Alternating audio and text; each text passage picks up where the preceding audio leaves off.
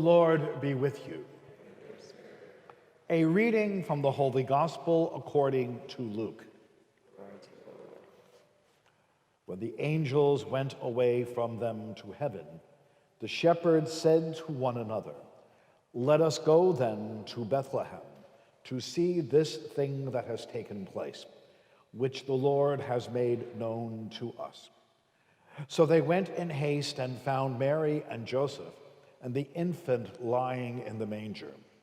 When they saw this, they made known the message that had been told them about this child. All who heard it were amazed by what had been told them by the shepherds. And Mary kept all these things, reflecting on them in her heart. Then the shepherds returned, glorifying and praising God for all they had heard and seen, just as it had been told to them. The Gospel of the Lord.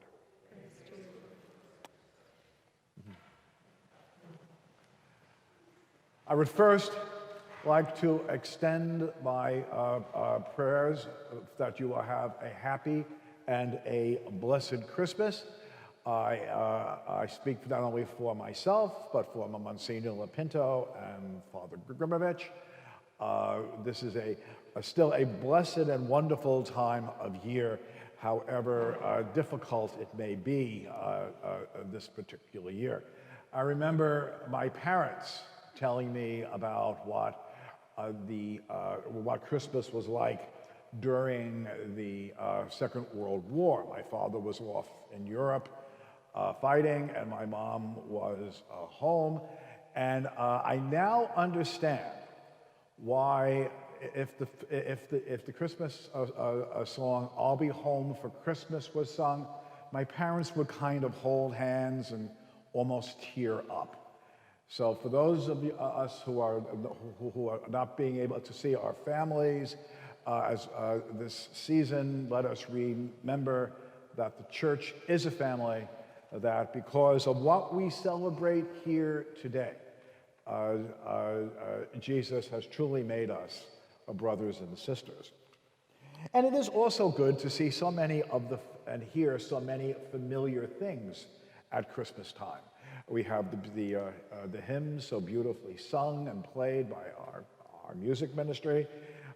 We have the altar wonderfly decorated.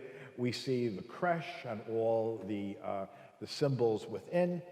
And it does give us a sense that this is this too shall pass. There's something more permanent. And among the people, or the groups that we see at this time, are the shepherds. Now, they play a very important part in the stories of Jesus' birth. They receive a special invitation by angels to meet Jesus, and yet they disappear from history almost immediately afterwards. They do not appear in the Gospels again. Luke does not have even one of them encounter Jesus or the apostles at any time or place in the Acts of the Apostles.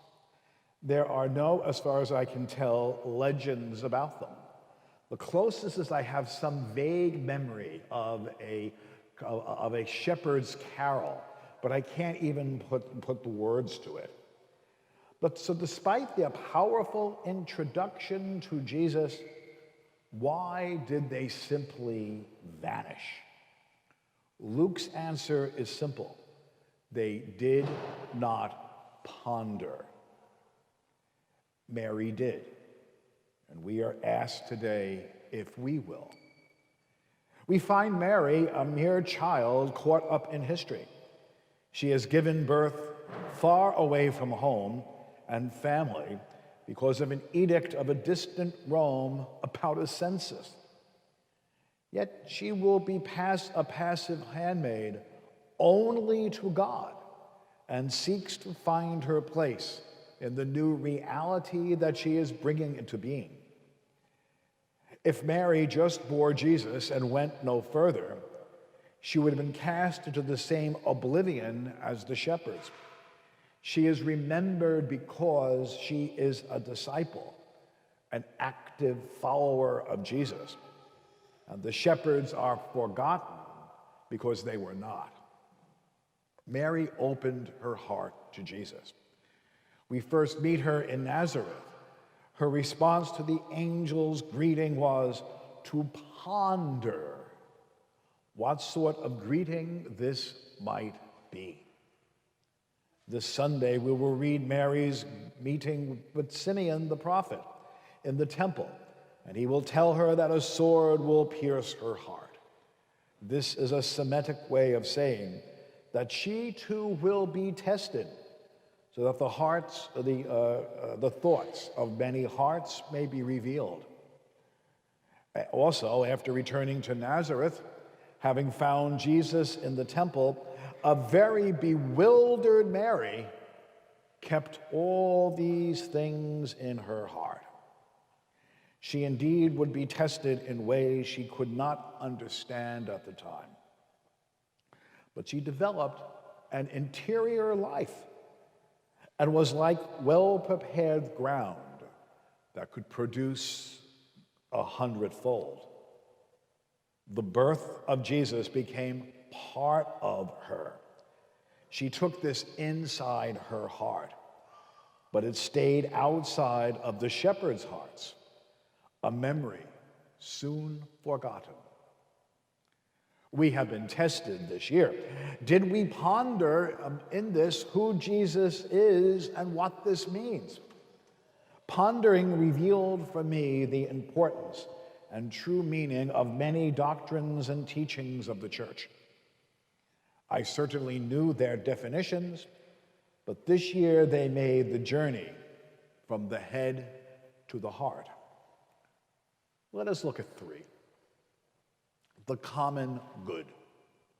We are told that our actions must be directed to the good of all. This is difficult for we of the global north. We often see ourselves as independent subcontractors who negotiate commitments. Freedom is the ability to choose what I want to do. Now, during this year of COVID, we have seen that some people believe that wearing a mask, social distancing, or frequent hand washings violates their freedom. We have experienced the consequences. Without a sense of the good of all, our entire social life deteriorates. Will we learn from this? The most obvious example is climate change and its effect from polar bears who cannot find ice to people living in coastal areas who will be washed away at high tides. Has a sword pierced our hearts that we will see that I cannot have the good life if others are deprived of the simple goods of life? Fraternity. Would you and Jesus agree who are our brothers and sisters? I often ask myself if I see the same number of people in a room as Jesus does. This has been made more poignant by this year's revelation that the people that we really need are those who pick up our refuse, deliver our food, and most critically, care for us when we are ill. They were previously often invisible, but some of us found ourselves waiting for them with bated breath. A core principle of the church's social teaching is that health care is not a civil right, but a human one.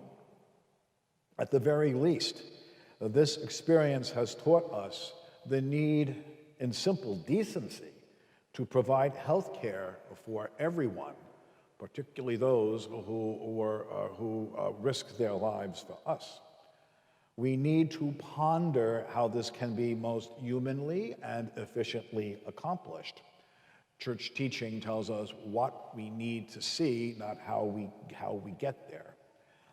Pope Francis, in his book on the post-COVID world, Let Us Dream, tells us that fraternity is the new frontier. Finally, the universal call to holiness. All disciples are called to be holy, and to be real, holiness must be concrete and practical. It needs to build up our community.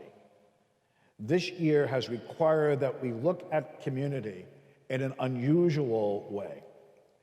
Catholicism is a hands-on religion, and for the common good, we could not touch each other. Many parishes, of which, thank God, we are one, had many people who could envision other ways of community building. This included the very basics, such as streaming the masses, but also opportunities for developing community, including creating and leading our online rosary to a weekly theological book club. Our religious education programs for youth remain robust, and quite frankly, the adult programs are better than before the pandemic. This is because of the outpouring of talent shown by the parish, the acceptance of this call to holiness. I would also note that this has not only been technical, but imaginative as well. I simply did not see the possibilities for creating real community by virtual means. Thank God others did. And I wish to note that although these were developed by younger people in the parish, it has been we of a certain age who have used them. Holiness shared is holiness squared. Now, this is unlike any Christmas homily I have ever given, but this is unlike any Christmas I have ever lived. And may there never be a repeat. Yet Christmas has been celebrated during war and depression and did not change the blunt reality of the incarnation. For no matter what the external situation, the ultimate reality is that God is with us. God will accompany us, and following him like Mary will reveal the world as it is. Let us ponder with Mary what we have been shown and the opportunities we have been offered. It may not be a year for much Christmas cheer, but if we remember that we are celebrating always, remember what we are celebrating, it is always a time for Christian joy.